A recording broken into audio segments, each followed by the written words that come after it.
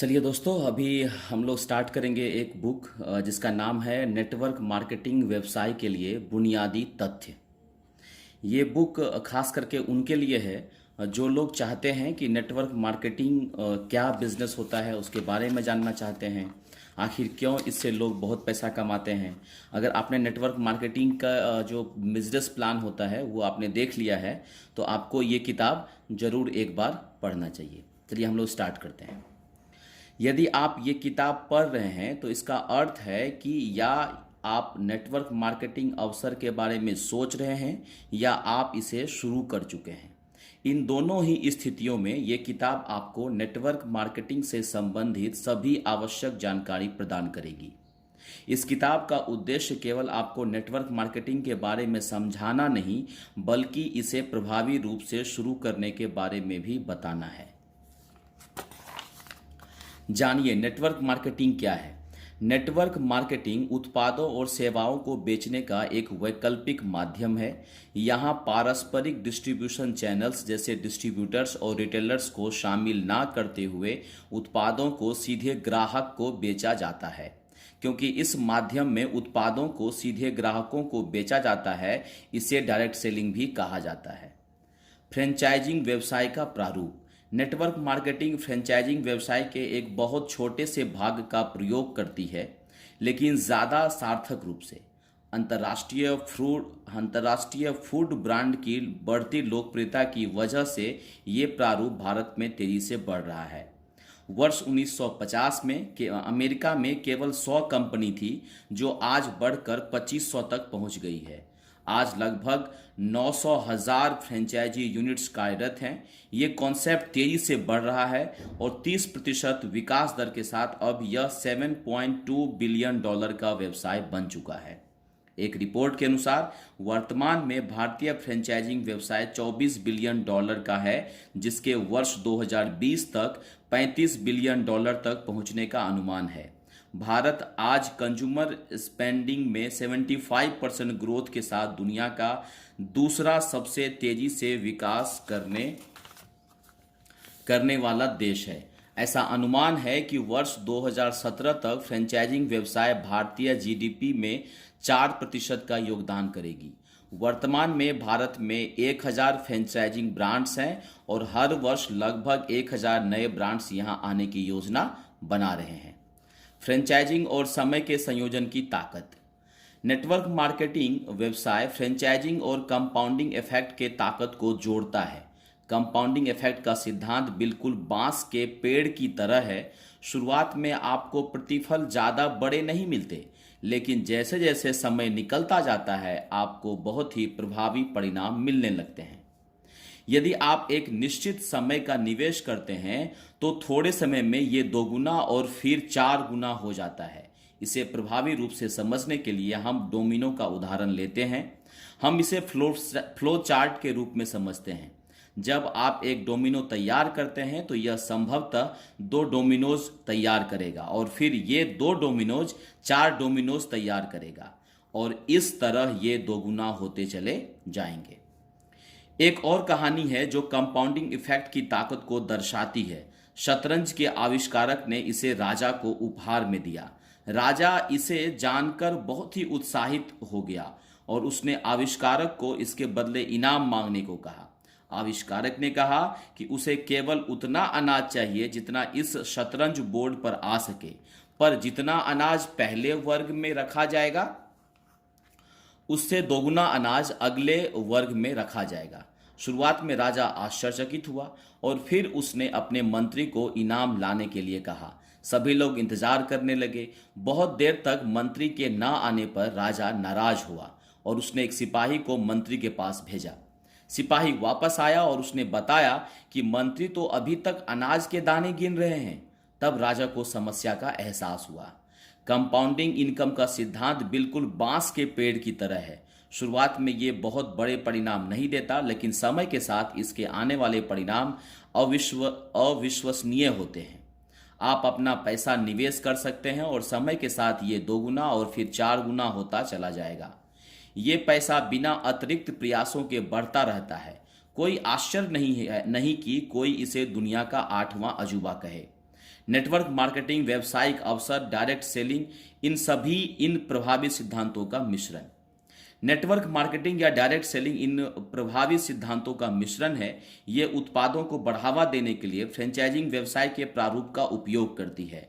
ये आपको एक स्वतंत्र व्यवसायी बनने के लिए प्रोत्साहित करती है, जिससे आप अन्य आईबीओज की टीम बना सकें। ये टीम बिल्डिंग कंपाउंडिंग के सिद्धांत पर काम करता है, जहां आपका निवेश किया गया समय आपकी टीम के सदस्यों की संख्या से गुणित हो जाता है। यदि प्रत्येक व्यक्ति 1 घंटा काम करता है तो कुल समय 1 घंटा गुणित सदस्यों की संख्या के बराबर हो जाता है। यहाँ विज्ञापन लोगों द्वारा बोल के किया जाता है। उत्पादों को सीधे ग्राहकों को बेचा जाता है। जब ग्राहकों को उत्पाद पसंद आते हैं तो वे उन्हें दूसरों के साथ भी साझा करते हैं। डायरेक्ट सेलिंग कंपनी उत्पादों को बढ़ावा देने के लिए उन्हें इंसेंटिव देती है। इसके अलावा ग्राहक अपनी एक डिस्ट्रीब्यूटर्स की टीम बना सकते हैं, जो अन्य लोगों को अन्य उत्पादों की जानकारी देंगे और फिर वो लोग भी अपनी एक नई टीम बना सकते हैं। इस तरह सभी लोगों को उनके काम के लिए इंसेंटिव मिलता है। याद रखिए कि आपको इंसेंटिव लोगों को जोड़ने के लिए नहीं, बल्कि आपकी टीम द्वारा की गई बिक्री पर निर्भर करता है। आप डायरेक्ट सेलिंग व्यवसाय से इन तरीकों से जुड़ सकते हैं। ग्राहक, आप केवल कंपनी के उत्पादों का प्रयोग करते हैं क्योंकि आपको ये उत्पाद पसंद आते हैं, आप बार बार इन्हें खरीदते हैं। डिस्ट्रीब्यूटर, आप कंपनी के कंज्यूमर हैं और साथ में कंपनी के उत्पादों को भी बेचते हैं और इस पर आपको कमीशन भी मिलता है क्योंकि आप सीधे तौर पर कंपनी से जुड़े होते हैं। आप डिस्ट्रीब्यूटर कहलाते हैं। नेटवर्क मार्केटिंग या आईबीओ, आप डिस्ट्रीब्यूटर और कंज्यूमर दोनों ही हैं। आप उत्पादों को ग्राहकों को बेचते हैं और साथ ही अपनी एक डिस्ट्रीब्यूटर्स की टीम भी है। आपको आपकी टीम द्वारा उत्पादों के प्रयोग पर कमीशन मिलता है। आप उत्पादों की बिक्री के लिए डिस्ट्रीब्यूटर्स नियुक्त करते हैं। अब नेक्स्ट चैप्टर है हार्ड वर्क या स्मार्ट वर्क। प्रत्येक व्यवसाय में हार्ड वर्क की जरूरत होती है। नेटवर्क मार्केटिंग व्यवसाय भी इससे अलग नहीं है, लेकिन नेटवर्क मार्केटिंग व्यवसाय एक बेहतर विकल्प के रूप में सामने आया है। समय का संयोजन इस व्यवसाय को एक बेहतर विकल्प के रूप में प्रस्तुत करता है। एक गांव में 2 युवक आनंद और आकाश रहते थे। वे बहुत मेहनती थे और गांव वालों ने उन्हें शहर से सामान लाने के लिए काम दिया था। गांव में सड़कें अच्छी नहीं थी, इसलिए शहर से सामान लाना बहुत ही कठिन होता था। आकाश और आनंद बहुत ही उत्साहित थे और उन्होंने इस काम को स्वीकार कर लिया। वे रोज सुबह शहर के लिए निकलते और शाम को सामान के साथ वापस आते। दिन निकलते गए और फिर आकाश ने सोचा कि इसे करने का कोई आसान तरीका भी होना चाहिए। उसे तुरंत ही एक पुली बनाने का ख्याल आया। उसने आनंद को उसके साथ जुड़ने के लिए कहा, लेकिन आनंद ने मना कर दिया। लगभग 6 महीने में आकाश की पुली तैयार थी। इसने न केवल उसका समय बचाया, बल्कि उसकी कार्यक्षमता को भी कई गुना बढ़ा दिया। जबकि आनंद अभी भी वही पुराने तरीके से काम कर रहा था। गांव वालों ने अब अपना ज़्यादा से ज़्यादा सामान आकाश से मंगाना शुरू कर दिया, क्योंकि इससे उन्हें पर्याप्त समय मिलता था, क्योंकि आकाश अब ये सामान बहुत ही कम समय में ला सकता था। समय निकलने लगा और फिर आकाश ने सोचा कि उसे एक निश्चित आमदनी के लिए कुछ करना चाहिए। उसने कई जगह अपने सहयोगी रख लिए, जो उसे प्रत्येक फेर के लिए कुछ पैसे देते थे। कुछ ही समय में पुली किराए पर देने में होने वाली आमदनी उसके खुद के काम करने की आमदनी के बराबर हो गई। एक व्यवसायी दिमाग ने फिर से अपने व्यवसाय को बढ़ाने के बारे में सोचा और उसने अपने सहयोगी के नीचे भी कुछ सहयोगी रख लिए, जिन्हें वो अपनी आमदनी में से एक हिस्सा देने लगा और देखते ही देखते उसकी आमदनी कई गुना बढ़ गई। अंत में उसने अपनी पुली आनंद को दे दी और काम बंद कर दिया। अब उसके पास आमदनी का एक निश्चित साधन था, जो पहले से कहीं ज्यादा था। जो आकाश ने किया वो है संयोजन। वो हर जगह ना रहते हुए भी अपने सहयोगियों के रूप में हर जगह उपलब्ध था। बिना दोगुनी मेहनत किए उसकी आमदनी कई गुना बढ़ गई। नेटवर्क मार्केटिंग व्यवसाय भी इसी सिद्धांत पर काम करता है। आप कम कीमत पर सामान खरीदते हैं और उसे पूरी कीमत पर बेचते हैं। इसके साथ ही आप सहयोगी भी रख सकते हैं और इस व्यवसाय को बढ़ाने के लिए उन्हें सिखा भी सकता है। इस तरह आप खुद कोई बिक्री किए बिना उनके द्वारा की गई बिक्री से आमदनी कर सकते हैं। इस तरह संयोजन न केवल आपको आमदनी बल्कि समय की पर्याप्तता भी प्रदान करता है। हम अन्य व्यवसाय में पैसा कमा सकते हैं, लेकिन परिवार के लिए समय निकालना बहुत मुश्किल होता है। यही अंतर इसे आज सबसे बेहतरीन व्यावसायिक विकल्प के रूप में प्रस्तुत करता है। सेकंड चैप्टर है उपयोग कीजिए, साझा कीजिए और आमदनी करिए। नेटवर्क मार्केटिंग व्यवसाय ने हाल ही में लोगों का ध्यान अपनी ओर खींचा है, लेकिन इतने कम समय में ही आपको कई सफल कहानियां मिल जाएंगी। लोगों को इसके बारे में पूरी जानकारी नहीं है और ये व्यवसाय के लिए बुरा भी है, अच्छा भी। लोगों को इसका पूरा ज्ञान नहीं है, इसलिए वे इसे समझने से बचते हैं और इसे संदेह की नज़र से देखते हैं। इसके अतिरिक्त नकारात्मकता बहुत तेजी से बढ़ती है, इसलिए कभी कभी लोग इस व्यवसाय को समझने आते हैं, लेकिन दिमाग में नकारात्मकता होने की वजह से इससे नहीं जुड़ते। लेकिन इसके सकारात्मक पहलू भी हैं। बहुत अधिक लोग इस व्यवसाय में शामिल नहीं हैं और इसलिए इस व्यवसाय में अभी बहुत अधिक संभावनाएं हैं। भारत एक तेजी से बढ़ता हुआ बाजार है जहां असीम अवसर और संभावनाएं हैं। जहां अन्य व्यवसाय के लिए आपको निवेश की जरूरत होती है, नेटवर्क मार्केटिंग व्यवसाय में किसी निवेश की जरूरत नहीं होती है। नेक्स्ट चैप्टर है खर्च करें और गवाएं या खर्च करें और कमाएं। ऑप्शन आपके पास है। बहुत सालों से हम अपनी जरूरत का सामान कई अन्य विक्रेताओं से खरीद रहे हैं, चाहे वो रोटी हो या कपड़ा या मकान। घर की कीमत में तो वृद्धि होती ही है। अगर हम कभी घर बेचने का विचार करें, लेकिन कपड़े और खाने की सामग्री में तो जो हमारे खर्च हो जाते हैं पैसे, वो तो कभी हम पुनर्प्राप्त नहीं कर सकते।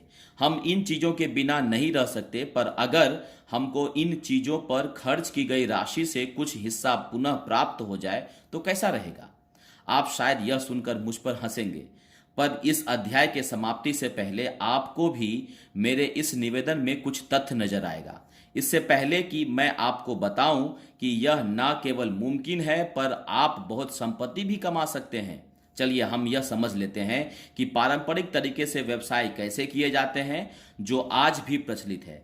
प्राचीन व्यापार श्रृंखला में होता है एक पूर्तिकार, एक सुविधाकर्ता, एक प्रदाता होता है। सुविधाकर्ता पूर्तिकर्ता से चीजें खरीदता है, प्रदाता को प्रदान करता है। इस व्यापार में वो एक सुनिश्चित मात्रा तय करता है कि उसका प्रतिफल है, जो कि उसका प्रतिफल है।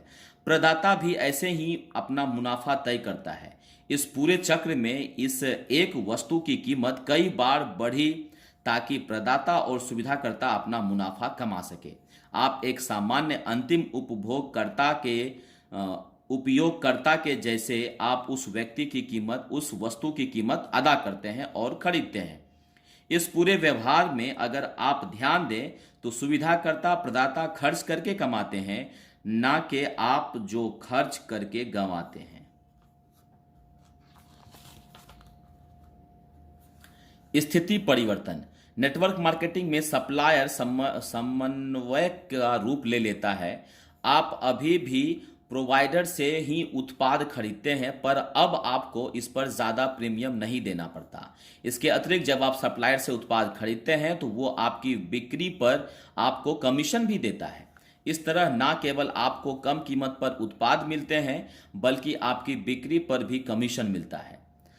हम सच को नज़रअंदाज करते रहते हैं। जब मेरे अंकल अपने परिवार के साथ उनका घर बदल रहे थे तो वो ये सोचकर परेशान थे कि वे अपने पुराने फर्नीचर का क्या करें। उन्होंने अभी एक फ्लैट लिया है और उनके पुराने घर का फर्नीचर इस फ्लैट में नहीं आ सकता, और साथ ही वे नया इंटीरियर करना चाहते हैं।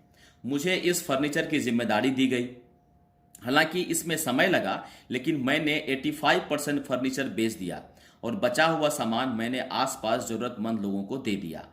इस सब के बाद मेरे पास लगभग 2 लाख रुपए थे।